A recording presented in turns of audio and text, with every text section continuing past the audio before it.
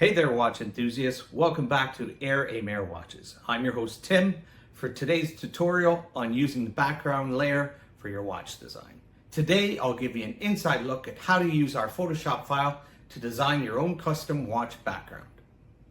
First up, we have the base layer featuring a stunning perlage effect. I love this texture for backgrounds. It adds a unique touch to your design and gives you that old school look. Next, you can click on the curve adjustment layer. This allows you to brighten the whites and deepen the dark areas, giving you even more control over your watch's overall look. Now let's take a look at the leather layers. The black layer offers a classic feel, but I've also included a white leather option. The white base allows for more vibrant color overlays. For example, check out how light blue looks over the white leather. It is gorgeous. On top of that, I've added a color layer with another curves adjustment. You can brighten or darken the center to enhance your design.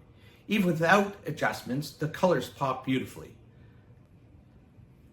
That covers the background. In our next video, we'll explore watch bands, case backs, movement styles, and more. Don't forget to like and subscribe below and check our Facebook and Instagram links for updates.